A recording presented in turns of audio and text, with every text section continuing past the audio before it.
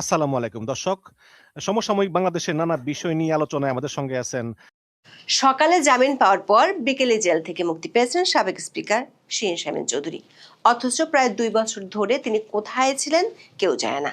হঠাৎ করে গত 7 এপ্রিল পুলিশ ভোর রাতে তাকে গ্রেপ্তার করে। অথচ গত 2 বছরে এমন গ্রেপ্তার হওয়া রাজনৈতিক ব্যক্তিত্ব, বিশেষ করে যারা আওয়ামী লীগের মন্ত্রী এমপি ছিলেন, তাদের ক্ষেত্রে রিমান্ড চাওয়াটাই ছিল সহজাত প্রক্রিয়া।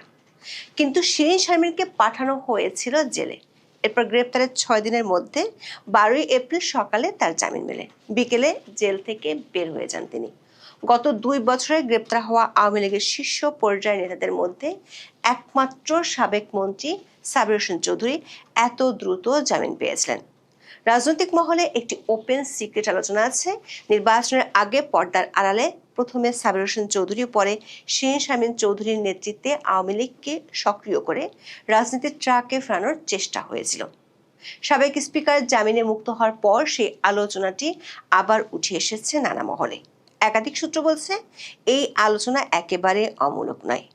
দেশীয় বিদেশি নানা পক্ষের মধ্যে এমন একটা আলোচনা হয়েছে এবং আলোচনার প্রক্রিয়া চলমান আছে। তবে অনেকের কাছে প্রশ্ন, সংসদে আইন পাশ করে নির্বাহী আদেশে আওয়ামী লীগের কার্যক্রম নিষিদ্ধ রেখে আওয়ামী লীগকে ফেরানোর এই পর্দার আড়ালের আলোচনা যদি হয়েও থাকে, সেটি কতটুকু বাস্তবসম্মত। বাংলাদেশের রাজনীতিতে খুব প্রভাবশালী হিসেবে ভূমিকা রাখে এমন একটি কূটনৈতিক সূত্র বলছে, পুরো বিষয়টি একটি পরিকল্পনার অংশ। যদি তাই হয়, তাহলে সামনের দিনে এমন অনেক ছোট ছোট চমক দেখা যেতে পারে। বিস্তারিত জানতে চলুন যাওয়া যাক বিশ্লেষণে।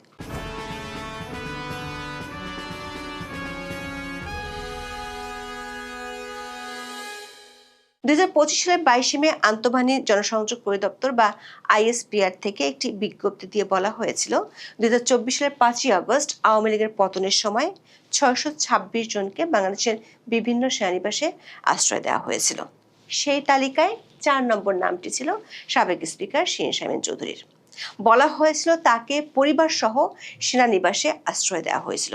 ওই তালিকায় সাবেক ডেপুটি স্পিকার শামসুল হক টুকু, প্রতিমন্ত্রী জুনায়েদ আহমেদ পলক, সাবেক হুইপ ইকবালুর রহিম, সাবেক সংসদ সদস্য সাইদুল হক সুমন, কাজী নাবিল আহমেদ, নাজমা আক্তার, রাগিবুল আহসান রিপু, এ K M Rezaul Karim Tansen, M A Latif এবং ছাত্রলীগের সাবেক সাধারণ সম্পাদক তানভীর হাসান সৈকতের নাম ছিল, যাদেরকে পরে বিভিন্ন জায়গা থেকে গ্রেপ্তার হতে দেখা গেছে। শিরীন শারমিন ছাড়া সেনাবাহিনীর ওই তালিকায় থাকা সাবেক প্রধান বিচারপতি ওবায়দুল হাসান, আপিল বিভাগের বিচারপতি ইনায়েতুর রহিমের কোনো হদিস পরে পাওয়া যায়নি। এর মধ্যে সাবেক স্পিকার পদত্যাগের চিঠি, ঘরে বসে পাসপোর্টের জন্য তার আঙুলের ছাপ নেয়া, এসব নিয়ে গণমাধ্যমে ফলাও করে খবর বেরিয়েছিল। এর মধ্যে গত 7 এপ্রিল মঙ্গলবার ভোর রাতে ঢাকার ধানমন্ডি এলাকা থেকে তাকে গ্রেপ্তার করে মিন্ট রোডের কার্যালয়ে নিয়ে যায় ঢাকা মহানগর গোয়েন্দা পুলিশ বা ডিবি। জুলাই আন্দোলনে লালবাগ থানায় আশরাফুল ওরফে ফাহিম নামে এক ব্যক্তিকে হত্যা চেষ্টা মামলায় গ্রেপ্তার দেখিয়ে আদালতের কাছে 2 দিনের রিমান্ড চায়। শুনানি শেষে আসামির রিমান্ড ও জামিন নামঞ্জুর করে কারাগারে পাঠানোর আদেশ দেন আদালত। রাষ্ট্রীয় প্রোটোকলের 3 নম্বর সাবেক গুরুত্বপূর্ণ একজন ব্যক্তিকে সরকার যেভাবে গ্রেপ্তার করেছে এবং তার মাধ্যমে আরবিট্রারি ডিটেনশন বা স্বেচ্ছাচারী আটকের ঘটনা ঘটালো, বিষয়টি ব্যাপক সমালোচনার জন্ম দেয়। 12 এপ্রিল দুপুরে জুলাই আন্দোলনের সময় সহিংসতা, ভাঙচুর ও হত্যা চেষ্টার অভিযোগে রাজধানীর লালবাগ থানায় দায়ের করা এক মামলায় সাবেক স্পিকারের জামিন মঞ্জুর করেন আদালত। আসামিপক্ষের আবেদনের পরিপ্রেক্ষিতে জামিন মঞ্জুর করেন ঢাকার অতিরিক্ত chief metropolitan magistrate Zakir Hossain. Dhaka মহানগর আদালতের প্রধান কৌঁসুলি ওমর ফারুক ফারুকী বলেন, আদালত 50,000 টাকা মুচলেকার মামলায় পুলিশের প্রতিবেদন দাখিল না হওয়া পর্যন্ত আসামির জামিন মঞ্জুর করেছেন। দর্শক, গত 2 বছরে আওয়ামী লীগের শীর্ষস্থানীয় নেতাদের মধ্যে শুধু সাবেক মন্ত্রী ও এমপি গ্রেপ্তার হয়েছেন 126 জন। তাদের মধ্যে হাতে গোনা কয়েকজন ছাড়া পেয়েছেন। সবচেয়ে চমক জাগানো গ্রেপ্তার ও জামিন ছিল আওয়ামী লীগের সাবেক সংসদ সদস্য, পরিবেশ, বন ও জলবায়ু পরিবর্তন বিষয়ক মন্ত্রী সাবির হোসেন চৌধুরীর ক্ষেত্রে। 2024 সালের 6 অক্টোবর রাজধানীর গুলশান থেকে সাবির হোসেন চৌধুরীকে গ্রেপ্তার করে পুলিশের গোয়েন্দা শাখা বা ডিবি। পরদিন 2022 সালের ডিসেম্বরে ঢাকার পল্টনে বিএনপি কর্মী মকবুল হত্যা মামলায় সাবের হোসেনের বিরুদ্ধে 5 দিনের রিমান্ড মঞ্জুর করেছিলেন আদালত। রিমান্ড চলাকালেই একসাথে 6টি মামলায় 2024 সালের 8ই অক্টোবর আদালত থেকে জামিন পান আওয়ামী লীগের সাবেক এই মন্ত্রী। এর মধ্যে খিলগাঁও থানায় ছিল 4টি আর পল্টন থানায় ছিল 2টি মামলা, যার মধ্যে 3টি হত্যা মামলা আর 3টি হত্যা চেষ্টা মামলা। জামিন পাওয়ার পর তখন খুব দ্রুত জেল থেকে মুক্তি পেয়েছিলেন সাবের হোসেন চৌধুরী। তখন বিএনপির পক্ষ থেকে প্রশ্ন তোলা হয়েছিল 24 ঘন্টার মধ্যে সাবের হোসেন চৌধুরী কিভাবে মুক্তি পেয়েছিলেন। সাবের হোসেনের মতোই খুব দ্রুত জামিন পাওয়ার ঘটনা ঘটেছে শিরীন শারমিন চৌধুরীর ক্ষেত্রে। তার গ্রেপ্তারের পরপরই রাজনীতিতে শুরু হয়েছে নতুন আলোচনা। 8ই এপ্রিল বাংলাদেশ টাইমসে প্রকাশিত এক প্রতিবেদনের শিরোনাম ছিল শিরীন শারমিন গ্রেপ্তার, কৌশল নাকি ক্ষমতার খেলা। রিপোর্টটিতে বলা হয়, রাজনৈতিক প্রতিহিংসার কারণে বিএনপি সরকার তাকে হত্যা চেষ্টা মামলায় আটক দেখিয়ে জেলবন্দি করেছে বলে অনেকে মনে করছেন। তবে বিভিন্ন সূত্র বলছে, আইনি প্রক্রিয়ায় মুক্ত করে শিরীন শারমিনকে সামনে রেখে আওয়ামী লীগ পুনর্গঠনের একটি চেষ্টা চলছে। দর্শক, ইউনূসের আমলে 24 ঘন্টার ব্যবধানে 6 মামলায় জামিনে মুক্তি পাওয়া সাবের হোসেন চৌধুরীকে নিয়ে বেশ আলোচনা ছিল। আলোচনাটি হলো সাবের হোসেন সহ কয়েকজনকে সামনে রেখে আওয়ামী লীগকে রাজনীতির ট্রাকে ফেরানোর চেষ্টা। এমনকি 2025 সালের জানুয়ারি ফেব্রুয়ারিতে গণমাধ্যমে খবর প্রকাশিত হয়েছিল সাবের হোসেন চৌধুরী আওয়ামী লীগের মুখপাত্র হচ্ছেন।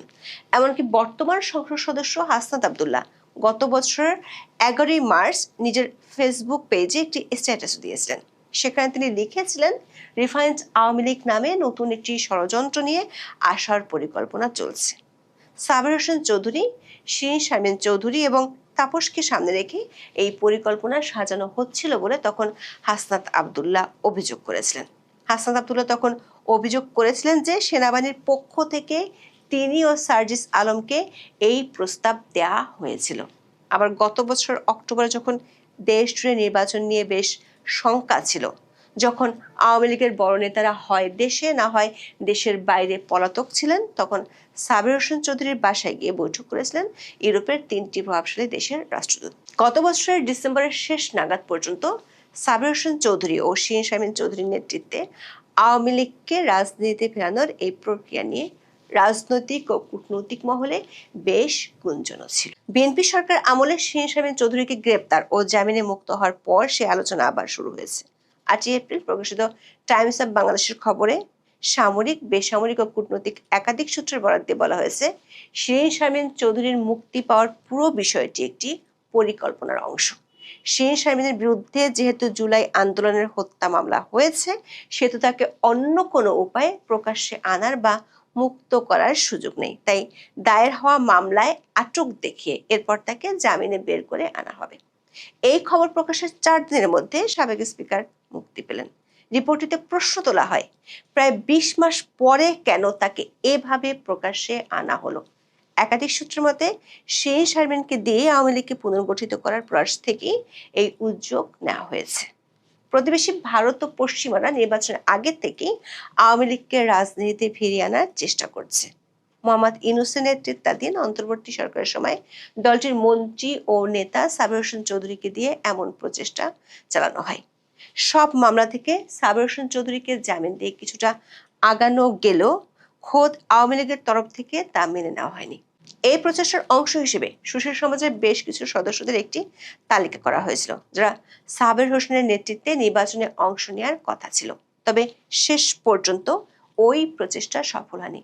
টাইমস অব বাংলাদেশের খবরে বলা হয়েছে, সাবের হোসেনের চেয়ে শিরীন শারমিন চৌধুরী ভদ্র ও নম্র রাজনীতিবিদ হিসেবে সবার কাছে গ্রহণযোগ্য ব্যক্তি। এই কারণেই আওয়ামী লীগ পুনর্গঠনে তাকে বেছে নেওয়া হয়েছে।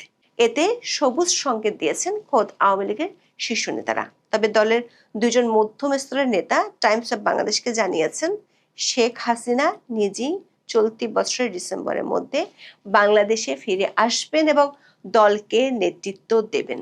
তবে এর মধ্যে অন্তর্বর্তী সরকার আমলে জারি করা সন্ত্রাস বিরোধী আইনের সংশোধনী অধ্যাদেশটি বিএনপি সরকার আইন হিসেবে সংসদে পাশ করেছে।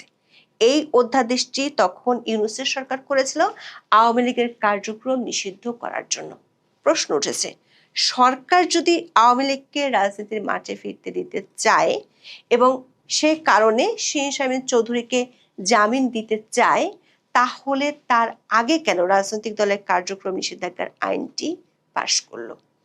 সরকার একাধিক সূত্র বলছে, পরিস্থিতি ঘুরে গেলে বিএনপি নিজেও জানে এই আইন ভবিষ্যতে তাদের বিরুদ্ধে ব্যবহৃত হতে পারে। কিন্তু এই মুহূর্তে আওয়ামী লীগের নেতাদের বিরুদ্ধে যত মামলা আছে তাতে সরকারের চিন্তা আওয়ামী লীগকে নিয়ে নয়, বরং যারা রাজনীতির মাঠে আছে তাদেরকে নিয়ে। জামাত ও এনসিপি যে কোনো সময় সহিংস হয়ে উঠলে এই আইনটি সরকার চাইলে তখন কাজে লাগাতে পারবে।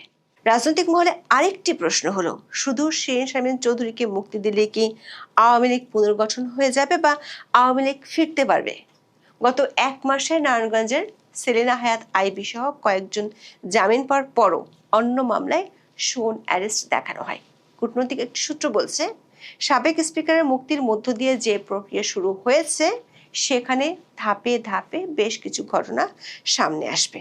নির্বাচনের আগে দেশি ও বিদেশি শক্তিগুলোর সাথে যে আলোচনা হয়েছিল সেটি যদি স্বাভাবিক প্রক্রিয়া আগাতে পারে তাহলে আগামী 2 মাসের মধ্যে অনেক কিছু দৃশ্যমান হতে পারে, এমন আভাস পাওয়া গেছে সামরিক, বেসামরিক ও কূটনৈতিক একাধিক সূত্র থেকে। এখন এ পর্যন্ত সবাই ভালো থাকুন, সুস্থ থাকুন, নিরাপদে থাকুন।